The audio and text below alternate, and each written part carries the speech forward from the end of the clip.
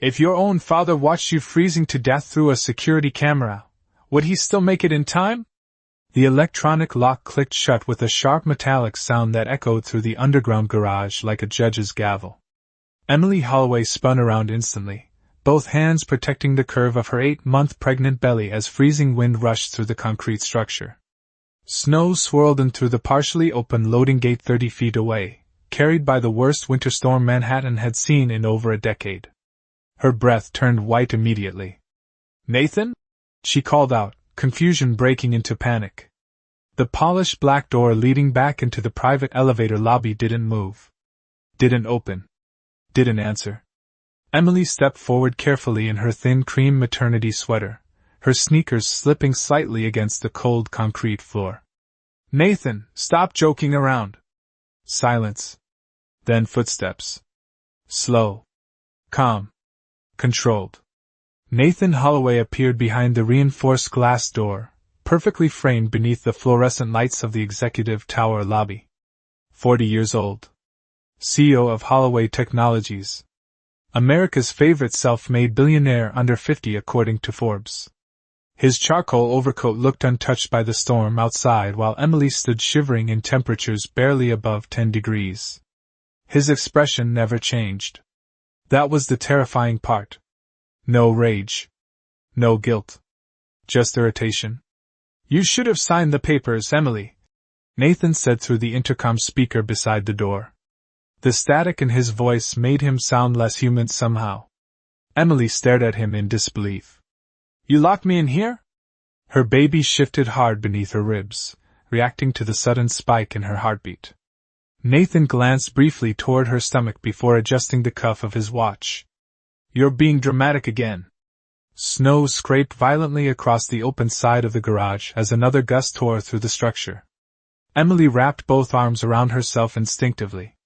"Nathan, it's freezing. Then maybe stop fighting me and we can both move on with our lives." The words hit harder than the cold. 3 years earlier, Nathan Holloway had cried during their wedding vows in Napa Valley. The internet called them America's perfect power couple. He used to kiss her forehead before every board meeting. Used to bring her coffee in bed. Used to press his hand against her stomach every night and whisper to their unborn daughter like she was already listening. Now he looked at her the same way investors looked at failed projects. Disposable. Emily moved closer to the glass door, her voice cracking. "Please! The baby! That baby is exactly why this divorce has become impossible." Nathan's jaw tightened for the first time.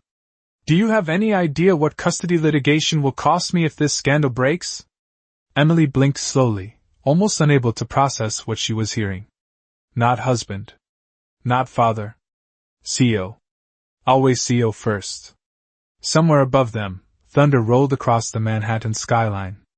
The garage lights flickered once. Then twice. Nathan looked toward his buzzing phone. "I have a board call in Tokyo in 7 minutes. Emily felt real fear settle into her chest for the first time. Not anger. Not heartbreak. Fear. "Nathan," she whispered. "Don't do this." For 1 second, something almost human passed across his face. Then it disappeared. "You should have stayed quiet." The intercom clicked dead. Nathan turned and walked away without looking back. Emily slammed both palms against the glass door instantly. "Nathan!" Her voice echoed through the massive concrete structure. Nothing. Just wind. Just snow. Just the distant hum of luxury cars parked beneath a billion-dollar tower. Above her, security cameras rotated silently. Still recording. Still live.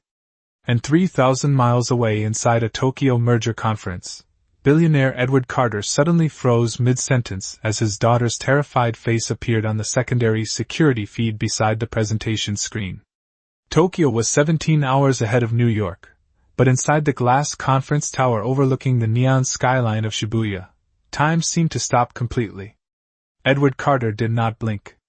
Around him, 12 executives from Nakamura Global Holdings sat frozen in silence as the 72-inch presentation screen continued streaming live security footage from Holloway Technologies headquarters in Manhattan. Snow spiraled through the underground garage cameras in pale white streaks. Emily's trembling figure looked small against the endless concrete walls. "Mr. Carter?" one of the Japanese executives asked carefully. Edward did not answer. His blue eyes remained locked on the screen. On the image of his daughter pressing both hands against the sealed glass door, while frost slowly formed around the edges of the loading dock. 20 years earlier, Edward Carter had built Carter Capital from a bankrupt shipping company and turned it into one of the largest private investment firms in America. Financial magazines called him ruthless. Competitors called him untouchable. But none of those men in tailored suits sitting around the conference table had ever seen the expression now settling across his face. It was not anger. Anger was loud. This was something colder. "Cancel the merger presentation," Edward said quietly. No one moved at first. His chief legal officer finally cleared his throat. "Sir, Nakamura flew their entire board here for this acquisition." Edward stood slowly, never taking his eyes off the screen. "Then they can bill me for wasting their time." Back in Manhattan, Emily curled deeper against the concrete wall beside a parked silver Bentley, trying to shield her stomach from the freezing wind. Her fingers shook so badly she nearly dropped her phone. 3% battery. No signal. She pressed the device against her chest anyway, like it could somehow keep her connected to the world above ground. Another painful tightening wrapped around her lower abdomen. Not sharp enough to panic yet, but enough to terrify her. "No," she whispered instantly. "Not now." She closed her eyes tightly as memories surfaced against her will. Nathan standing in their Connecticut kitchen 6 months earlier with one hand resting on her stomach, while architects discussed nursery renovations. Nathan laughing when the baby kicked for the first time during a charity gala in Aspen. Nathan kneeling beside her doctor's appointment asking if their daughter had his eyes yet. Every memory now felt poisoned. Carefully edited. Like a commercial for a life that never existed. The garage lights buzzed overhead. One row flickered out completely, plunging half the structure into darkness. Emily inhaled sharply. Her breathing fogged in front of her face. She could smell gasoline, snow, cold metal. Somewhere water dripped rhythmically from a pipe into a shallow puddle. Drip. Drip. Drip. The sound became unbearable in the silence. Her phone vibrated weakly in her hand. One missed call. Private number. Emily answered instantly. "Hello?" Static. Then a familiar voice, deep and controlled. "Emily." Her entire body froze harder than the storm around her. "Dad?"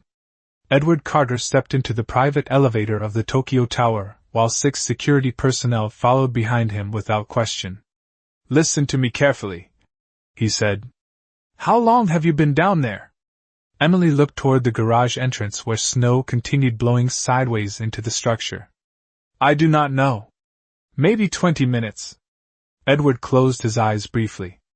20 minutes in near-freezing temperatures while 8 months. Pregnant. Nathan Holloway was either reckless beyond imagination or he simply did not care anymore. Neither possibility ended well. "Emily," Edward said carefully, forcing calm into his voice. "I need you to keep moving. Do not sit still. Wrap your coat around the baby." Emily swallowed hard. "Dad, he locked me in here." The elevator doors opened into the rooftop helipad. Tokyo rain hammered the steel landing platform in violent waves while helicopter blades slowly began turning overhead. Edward Carter stepped forward into the storm without hesitation. "I know," he said coldly. "And he just made the biggest mistake of his life."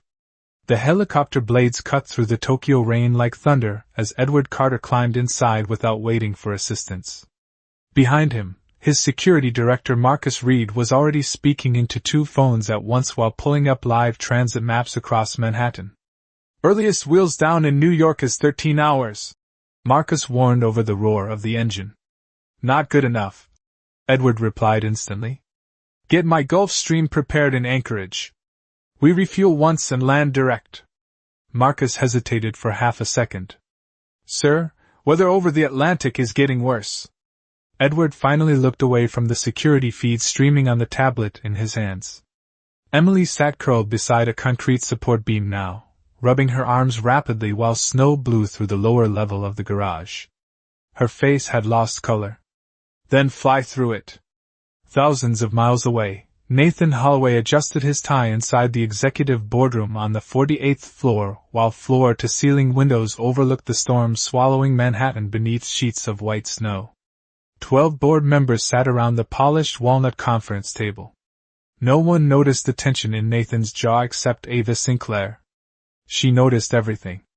The vice president of public relations crossed one long leg over the other beneath the table, and slid her phone toward Nathan, while the others reviewed merger projections on screen. One message glowed across the display. "Is she still downstairs?"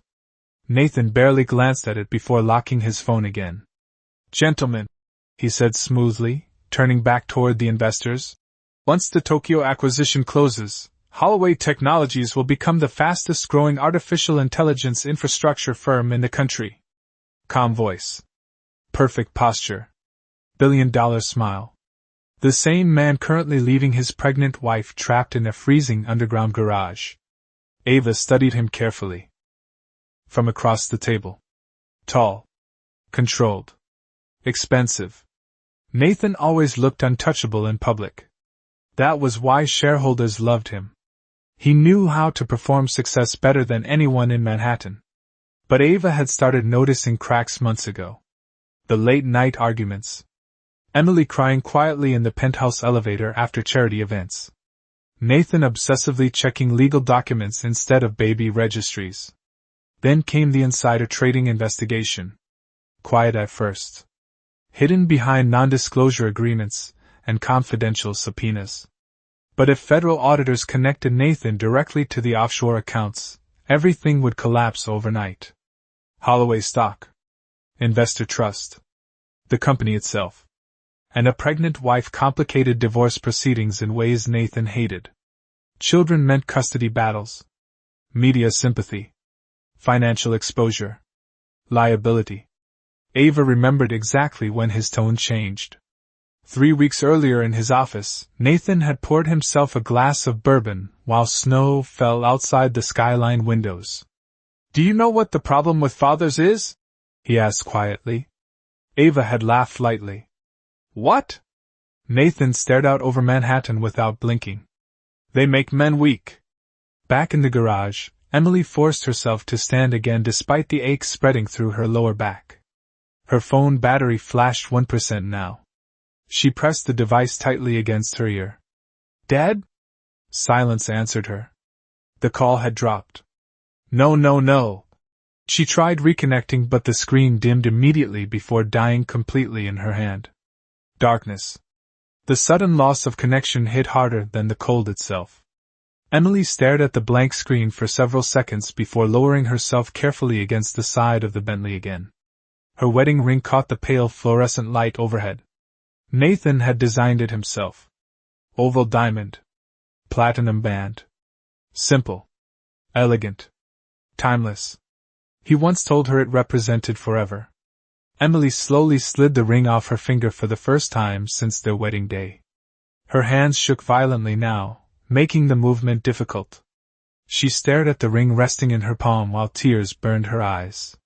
Somewhere above her, luxury elevators carried executives to heated offices and catered dinners while she sat alone beside frozen concrete trying to protect a child from the man who should have protected them both. Then the garage speakers crackled unexpectedly overhead. Emily looked up instantly. Static hissed through the sound system for several seconds before Nathan's calm voice filled the freezing structure.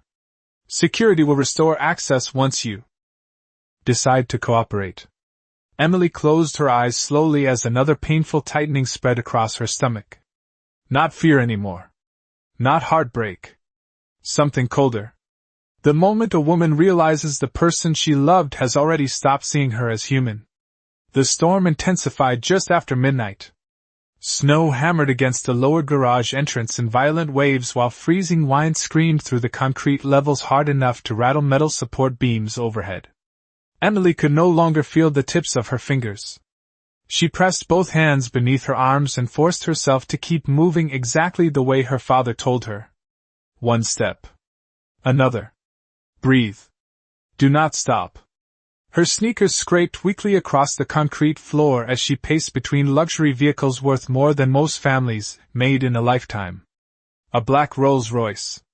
A pearl-white Range Rover. Nathan's custom Aston Martin with the heated leather seats she once picked out herself. The irony almost made her laugh. Millions of dollars sitting inside a heated billionaire garage while she fought to stay warm 10 feet away. Another tightening seized across her stomach. Stronger this time. Emily stopped instantly, gripping the side mirror of the Bentley beside her until the pain eased enough for her to breathe again. Please do not do this tonight, she whispered shakily to the baby. Please. Above her, fluorescent lights buzzed faintly before another row flickered out. The garage became dimmer. Colder. More isolated. Emily looked toward the security camera mounted near the elevator entrance. A tiny blinking red light stared back at her. Still recording? Somewhere out there, someone could see her. Maybe security. Maybe Nathan. Maybe nobody who cared. 30 floors above the garage, Ava Sinclair stood alone beside the executive coffee station while the board meeting continued behind closed doors. Snow covered the Manhattan skyline outside the windows, turning the city into blurred white shadows beneath the storm. Ava stirred cream into untouched coffee while replaying Nathan's words from earlier that night. She will cooperate eventually. At first Ava assumed he meant another argument. Another emotional standoff before an expensive divorce settlement. Nathan always framed his marriage like a business inconvenience lately. But then she noticed security alerts flashing briefly across his assistant's monitor. Sublevel access override. Environmental system restrictions. Restricted elevator lockdown. Ava slowly looked toward the closed boardroom doors. A sick feeling settled low in her stomach. Inside the conference room, Nathan stood beside a giant digital screen displaying projected acquisition profits for the next fiscal quarter. Investors nodded while legal teams discussed international expansion. No one would have guessed a pregnant woman was trapped downstairs in freezing temperatures while the company celebrated record earnings. Nathan thrived in rooms like this. Controlled. Admired. Worshipped. Our public trust numbers remain exceptionally strong among family-oriented consumers, one board member noted confidently. Nathan almost smiled at the irony. Then his assistant entered quietly, pale-faced and nervous. Sir? She whispered carefully. There is an issue with the lower security feed. Nathan's expression darkened instantly. Handle it. I tried. The feed is externally mirrored through Carter Global servers. Silence hit him harder than the storm outside. Carter Global. Edward Carter. Nathan slowly turned toward the window overlooking Manhattan. For the first time all night, uncertainty entered his face. Down in the garage, Emily lowered herself carefully into the back seat of the Bentley after realizing she could no longer stop shivering. The door had been left unlocked. Warmth no longer existed anywhere in the structure, but at least the leather seats blocked some of the wind cutting through the garage. She wrapped her coat tighter around her stomach and leaned her head back against the seat. Her breathing sounded uneven now. Tired. Weak. She glanced down at her bare wedding finger resting against her belly. The pale line where the ring once sat looked strangely empty beneath the cold fluorescent light. Another painful cramp twisted through her abdomen, and Emily inhaled sharply through clenched teeth. Not labor. Please, not labor. Tears filled her eyes before she could stop them. I trusted him, she whispered into the empty car. The words disappeared into silence. Then suddenly every screen inside the Bentley illuminated at once. Dashboard. Navigation system. Rear monitor. The car's emergency communication system crackled overhead before a calm male voice filled the vehicle. Emily. She froze instantly. Not Nathan. Her father. Edward Carter's voice came through the speakers cold and steady beneath the static interference. Listen to me carefully, he said. I need you to stay awake. My people are already moving. Emily closed her eyes as tears finally slid down her freezing cheeks. For the first time that night, she realized something important. Nathan Holloway thought he trapped a frightened pregnant wife in a garage during a snowstorm. What he actually did was declare war on Edward Carter's family.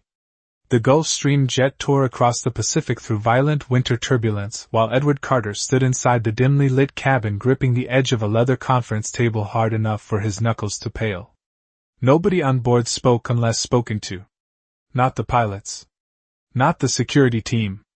Not even Marcus Reed, who had worked beside Edward for 14 years and survived billion-dollar lawsuits, hostile acquisitions, and federal investigations without ever once seeing the older man lose composure like this. 3 separate monitors streamed live updates across the cabin walls. Manhattan weather reports.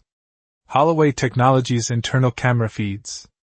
Emergency medical briefings regarding late-term pregnancy complications and extreme cold.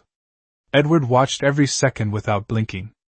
Emily's image flickered across one of the screens from the Bentley's interior camera. She sat curled beneath her coat with one arm wrapped protectively around her stomach, while snow reflected pale blue through the windshield. Her lips had lost most of their color. Body temperature estimate? Edward asked quietly. Marcus glanced toward the medical consultant connected through video call. Possibly below 95 degrees and dropping. The doctor answered carefully. If contractions are increasing, stress alone could trigger premature labor. Edward looked back at the screen. Emily's eyes remained closed now. Too still. Too quiet. Keep talking to her, he ordered. Do not let her fall asleep. Back in Manhattan, sirens echoed faintly through the snow-covered streets as black SUVs pushed through traffic toward Holloway Technologies headquarters. Edward's private legal team had already contacted city officials, emergency responders, and 2 federal judges. Nobody understood the full situation yet. They only understood one terrifying fact. Edward Carter was personally mobilizing in the middle of an international merger trip. Which meant someone had crossed a line powerful people did not survive crossing. On the 48th floor boardroom, Nathan Holloway finally dismissed the investors after noticing his stock alerts beginning to fluctuate in real time. His phone buzzed continuously now. Legal calls. Investor concerns. Questions from security personnel. Nathan walked quickly into his private office while Ava followed close behind in heels clicking sharply against the marble floor. What exactly did you do? She asked the moment the office doors closed. Nathan loosened his tie aggressively. Nothing that concerns you. Ava folded her arms. Federal transportation officials just contacted building security because Edward Carter filed an emergency family protection notice against this company. Nathan stopped moving. For the first time that night, genuine concern crossed his face completely uncovered. That is impossible. Apparently not. Ava stepped closer slowly. Nathan, is Emily still downstairs? Silence answered her. The city lights behind him blurred beneath falling snow, while Nathan stared toward the skyline like he could somehow calculate an escape route through glass and weather. Ava suddenly understood everything. The lockdown. The environmental override. The security feed issue. Her stomach tightened instantly. My God. Nathan turned sharply. Do not start acting self-righteous now. She is pregnant. And she is destroying this company. His voice cracked louder than intended. Ava stared at him in disbelief. Nathan ran both hands through his hair before lowering his voice again. Calm. Controlled. Dangerous. You do not understand what is coming if those SEC subpoenas become public. Emily refuses to sign confidentiality agreements. She refuses to cooperate. She keeps threatening divorce attorneys. So you locked her in a freezing garage? Nathan looked away. Which somehow felt worse than if he argued. Down below, Emily forced herself to open her eyes again after hearing her father's voice through the Bentley speakers once more. Stay with me, sweetheart. Edward's tone remained steady, but she recognized something beneath it now. Fear. Her father never sounded afraid. Not when markets crashed. Not during Senate investigations. Not when competitors tried destroying his empire. But tonight his voice carried the quiet tension of a man realizing money might not buy enough time. Emily shifted weakly against the leather seat as another contraction spread painfully through her abdomen. Stronger now. Closer together. Snow continued slamming sideways against the garage entrance while the Bentley's dashboard clock flashed 12:43 a.m. in pale white numbers. Nearly 2 hours trapped in the cold. Her breathing trembled. "Dad," she whispered faintly toward the speaker. "I do not think she likes the cold."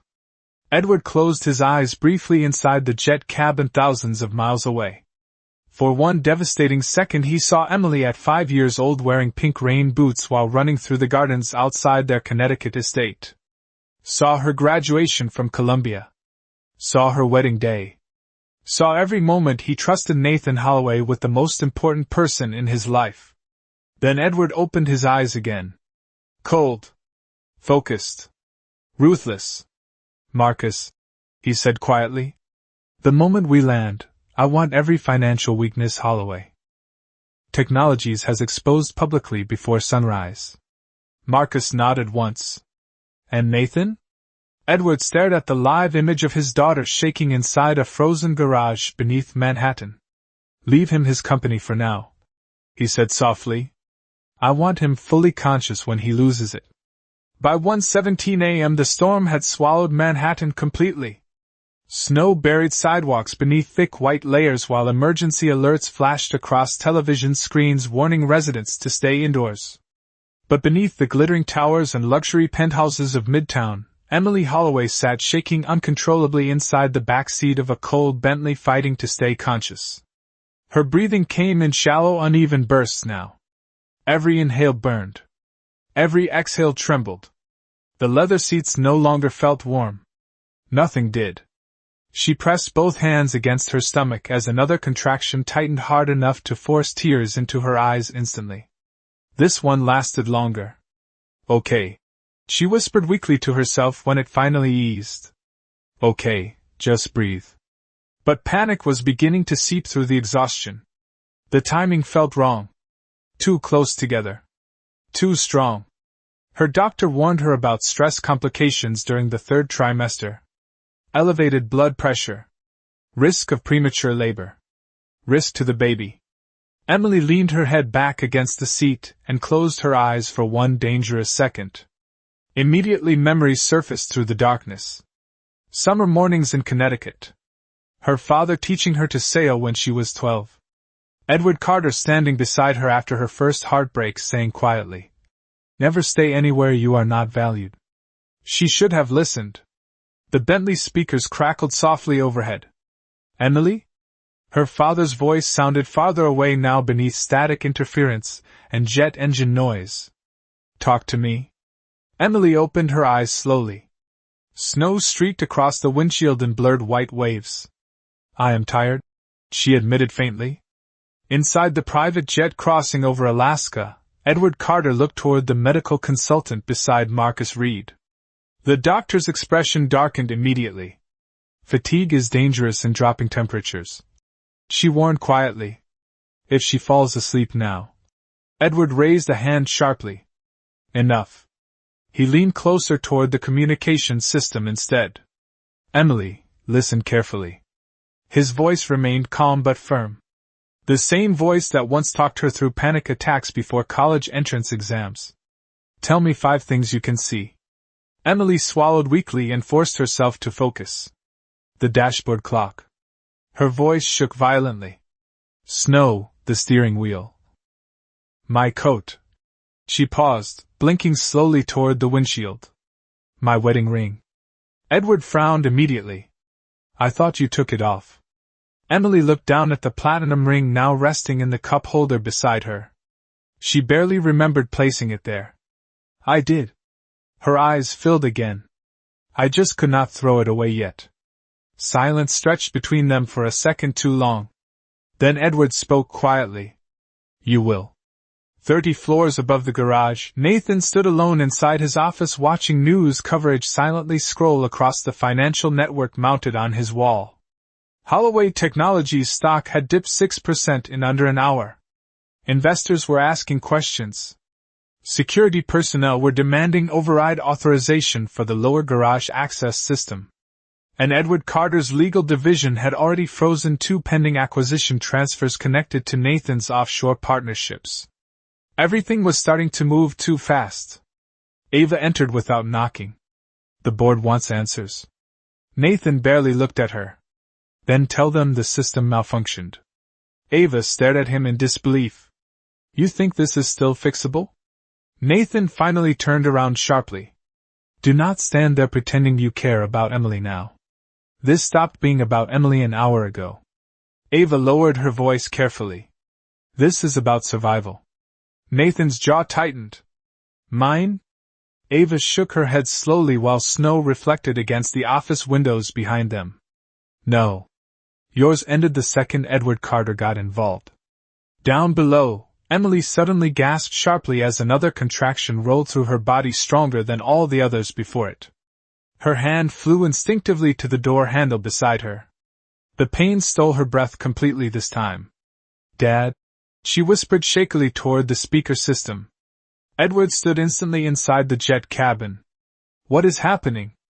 Emily squeezed her eyes shut tightly. I think. She inhaled unevenly. I think something is wrong. The medical consultant moved beside Edward immediately. Ask her if there is fluid. Ask if contractions are under 10 minutes apart. Edward repeated the questions carefully. Emily looked down toward the seat beneath her and froze completely. A thin stream of water glistened faintly across the black leather. Her entire body went cold in a way that had nothing to do with the storm anymore. Dad? Her voice cracked apart. My water just broke. Inside the jet cabin, nobody moved. Nobody breathed. The only sound came from the engines roaring through the dark sky while Edward Carter stared at the live security feed of his pregnant daughter trapped alone inside a freezing Manhattan garage about to deliver a child before help could reach her. Then Edward picked up a second phone slowly and made one final call. Patch me through to the New York Police Commissioner, he said coldly. And tell him if that garage door is not opened in the next 5 minutes, I am bringing the entire building down around it. At 1:26 a.m. the first police convoy arrived outside Holloway Technologies headquarters with flashing blue lights reflecting violently against the snow-covered glass tower. Pedestrians stopped beneath umbrellas and storefront awnings despite the blizzard conditions, watching black SUVs, emergency vehicles, and city officials flood the entrance of one of Manhattan's most powerful corporate buildings. Nobody understood why the New York Police Commissioner himself had stepped out of an armored vehicle during a winter emergency. But inside the lobby, panic had already started spreading through the executive floors. Security radios crackled nonstop. Employees whispered in clusters near elevators. News helicopters circled overhead despite dangerous weather warnings.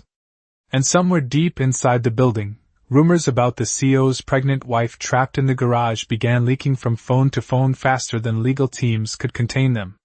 Nathan Holloway stood rigid beside the conference table while 2 attorneys argued with city officials through speakerphone. You cannot authorize forced entry into private corporate property without evidence of immediate danger, one lawyer insisted. Then the police commissioner's voice answered coldly through the line. A pregnant woman in active labor locked inside freezing temperatures qualifies as immediate danger.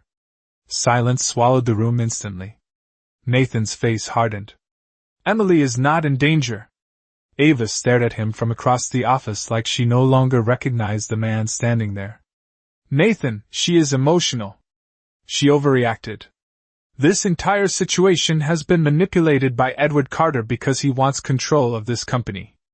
But even Nathan no longer sounded convinced by his own words. Another alert flashed across the office television. Breaking news, emergency response at Holloway Technologies. Then came the image. Grainy security footage leaked onto national television showing Emily curled inside the Bentley beneath dim garage lights while snow blew through the lower loading entrance behind her. The clip lasted only 7 seconds before legal teams attempted removal. Too late. Millions had already seen it. Social media exploded instantly. Commentators replayed the footage beside smiling family photographs from Nathan and Emily's magazine interviews. America's favorite billionaire couple suddenly looked very different beneath fluorescent garage lights and emergency sirens. Down below, Emily struggled to breathe through another contraction, while the Bentley speakers filled with overlapping voices. Paramedics. Police officials. Her father. Everyone talking at once. "Emily, can you hear me? We are overriding the security system now. Stay calm for me." She pressed one shaking hand against her stomach while snow rattled against the windshield hard enough to sound like gravel. "Dad?" Her voice barely came out above a whisper. "I am scared." Inside the jet cabin crossing into North American airspace, Edward Carter closed his eyes briefly at the sound of her voice. Marcus Reed had never seen him look older than in that moment. Not weak. Just devastated in a quiet way powerful men rarely allowed themselves to become. "You are not alone," Edward answered steadily. "Listen to me carefully, sweetheart. They are almost there." Then suddenly the garage lights cut out completely. Darkness swallowed the entire lower level in an instant. Emily gasped sharply as the Bentley interior screens flickered dead around her. Wind howled through the concrete structure while somewhere nearby alarms began screaming through the blackness. Above ground, police officers stormed through the lobby as emergency override systems triggered throughout the building. Employees stepped back in panic while elevators locked and unlocked repeatedly across multiple floors. Nathan moved toward the security desk immediately. "Who authorized this?" A trembling technician looked up from the monitors. "Sir, somebody externally breached the environmental controls." The garage cameras flickered back online one by one. And every screen inside the security room suddenly displayed the same thing simultaneously. Emily alone inside the dark Bentley clutching her stomach, while labor pains visibly overtook her face beneath emergency red lighting. Then another figure appeared on screen. A police officer forcing open the lower garage entrance through the snowstorm outside. The live stream spread everywhere instantly. National news. Social media feeds. Investor chats. Millions watched in real time as emergency responders rushed toward the vehicle while paramedics shouted for blankets and medical equipment across the freezing garage. Nathan stared at the screens in complete silence while Ava slowly stepped backward from him like instinct itself was warning her to run. Then the final blow landed. One security camera near the elevator.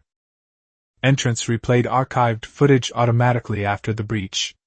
Clear footage. Timestamped. Nathan himself walking Emily into the garage nearly 3 hours earlier before sealing the access doors behind her and leaving alone. The room went completely silent except for the storm raging outside the tower.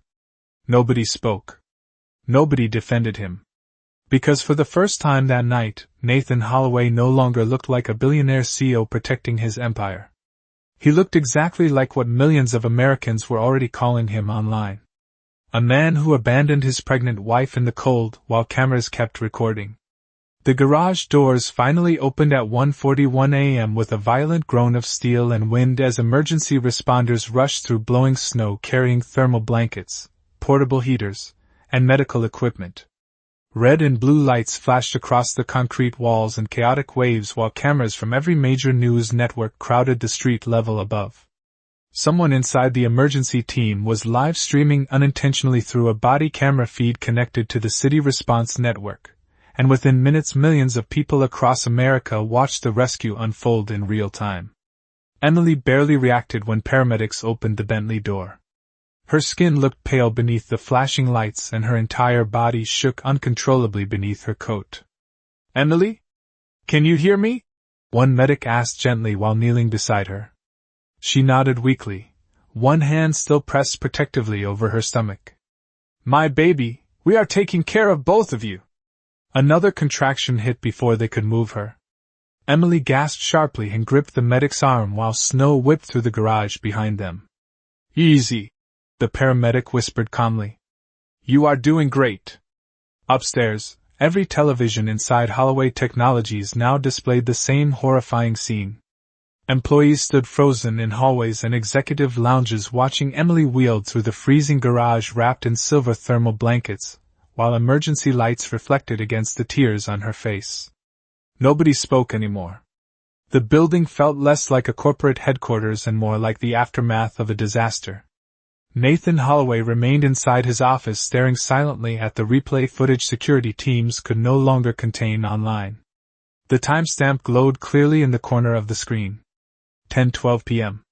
Nathan walking away from the sealed garage doors alone while Emily remained trapped inside. No context could fix it now. No lawyers could spin it. America had already decided what they saw. His phone rang nonstop across the desk. Investors. Board members. Federal attorneys. Nathan ignored every call until one name finally appeared that made him answer instantly. Richard Bellamy. Chairman of the board. You need to resign before opening bell tomorrow morning, Bellamy said without greeting. Nathan's jaw tightened. You are overreacting. No, Nathan. We underestimated how fast this would spread. Nathan looked toward the television where Emily disappeared into an ambulance beneath swirling snow and camera flashes. This is a private family matter. Bellamy actually laughed once. Cold. Disbelieving. Not anymore. Your wife nearly delivered a child inside a freezing parking structure while the entire country watched. Silence. Then Bellamy lowered his voice. SEC investigators just subpoenaed our internal communication servers. Nathan's stomach dropped instantly. What? And Edward Carter acquired 11% of company stock in under 90 minutes through shell purchases routed overseas. Nathan stood up so fast his chair rolled backward into the glass wall behind him. That is impossible. No, Bellamy replied quietly. What is impossible is surviving this. The line disconnected. Nathan stared at the dead phone in his hand while snow battered the skyscraper windows behind him. Across the office, Ava slowly gathered her purse from the conference table. Nathan looked toward her immediately. Where are you going? Ava held his gaze for several long seconds before answering. Away from you. Then she walked out without another word. Down below, the ambulance doors closed around Emily as paramedics connected heated 4 lines and monitored the baby's heartbeat through portable equipment. The rapid beeping filled the vehicle while snow slammed against the roof overhead. Emily turned her head weakly toward one of the monitors mounted inside the ambulance. A breaking news banner flashed across the screen. Holloway Technologies stock plunges after live rescue scandal. Beneath it, financial anchors replayed the leaked garage footage beside photos from Nathan and Emily's wedding spread years earlier. Perfect smiles. Perfect lives. Perfect lies. Emily closed her eyes slowly as tears slipped down her face again. Not from fear anymore. From realization. Everything was ending tonight. Her marriage. Nathan's empire. The illusion itself. Somewhere over the Atlantic Ocean, Edward Carter finally received confirmation through secure satellite call that his daughter and granddaughter were alive. He lowered the phone silently while the jet cabin remained completely still around him. Marcus Reed watched the older man carefully. Sir? Edward looked out. Into the dark storm beyond the aircraft windows. Tomorrow morning, he said quietly. Remove Nathan Holloway's name from every building he owns. 3 weeks later the snow was gone from Manhattan, but Nathan Holloway's empire never recovered from the night the cameras kept recording. Federal investigators occupied 2 full floors inside Holloway Technologies headquarters now. Employees moved quietly through hallways where Nathan's framed magazine covers had once hung proudly beside leadership awards and charity photos. Every trace of his image disappeared one piece at a time. The giant silver H above the building entrance remained, but the name underneath had changed overnight after Carter Global completed its emergency acquisition of controlling shares before markets reopened. Investors called it one of the fastest corporate collapses in modern Wall Street history. Social media called it karma. Nathan called it betrayal. But nobody answered his calls anymore. The penthouse overlooking Central Park sat dark and empty now except for movers carrying boxes through the marble lobby under the watch of silent security guards. Ava Sinclair resigned publicly 2 days after the scandal exploded and accepted a communications position overseas. The board issued statements. Lawyers blamed system failures. Public relations firms attempted damage control. None of it mattered once the footage spread.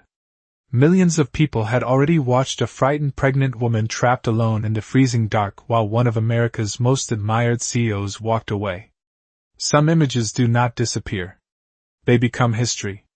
Across town inside St. Catherine's Medical Center, the atmosphere felt completely different. Quiet. Warm. Safe. Soft morning light spilled through the private recovery suite windows while monitors beeped gently beside Emily's hospital bed. She looked exhausted, pale, emotionally shattered in ways no camera could fully capture. But alive. And resting peacefully against her chest beneath a pink hospital blanket was a 6-pound 4-ounce baby girl with dark hair and calm blue eyes. Olivia Grace Carter Holloway entered the world just before sunrise after 14 terrifying hours of monitored labor. Emily stared down at her daughter with tears filling her eyes again, but these tears felt different. Not fear. Not grief. Relief. Real relief for the first time in months. The hospital door opened quietly and Edward Carter stepped inside carrying no phone, no briefcase, no security detail. Just coffee in one hand and a stuffed white teddy bear tucked beneath his arm. Emily smiled weakly the moment she saw him. "You missed the dramatic part," she whispered. Edward walked slowly toward the bed. For several seconds he simply looked at his daughter and granddaughter without speaking. The billionaire feared by senators, hedge funds, and international competitors suddenly looked like nothing more than an exhausted father who almost lost his child. He gently placed the teddy bear beside the baby bassinet before carefully taking Olivia into his arms for the first time. The tiny infant stretched sleepily against his chest while sunlight touched the side of her face. Edward swallowed hard once before speaking quietly. "She has your eyes." Emily watched him silently. "Dad? Did you destroy him?" Edward looked down at the sleeping baby for a long moment before answering. "No." He adjusted the blanket around Olivia carefully. "He destroyed himself. I only made sure the world saw it." Outside the hospital, black SUVs idled quietly along the curb while reporters crowded barricades hoping for statements that never came. Across the street, a yellow taxi sat unnoticed beneath the morning traffic light. Nathan Holloway remained inside the back seat staring silently toward the hospital entrance from behind dark sunglasses. Unshaven. Exhausted. Alone. He had tried calling Emily 17 times since the rescue. Her attorneys answered every time. Holloway Technologies stock had fallen 63%. Federal prosecutors were preparing financial misconduct charges connected to the SEC investigation. His penthouse belonged to the bank now. His board removed him unanimously. The man once photographed on magazine covers beside private jets and charity galas now sat in silence watching strangers carry flowers into a hospital he could not enter. After several minutes Nathan finally looked away from the entrance and quietly told the driver to leave. The taxi disappeared into Manhattan traffic without anyone noticing. Back upstairs,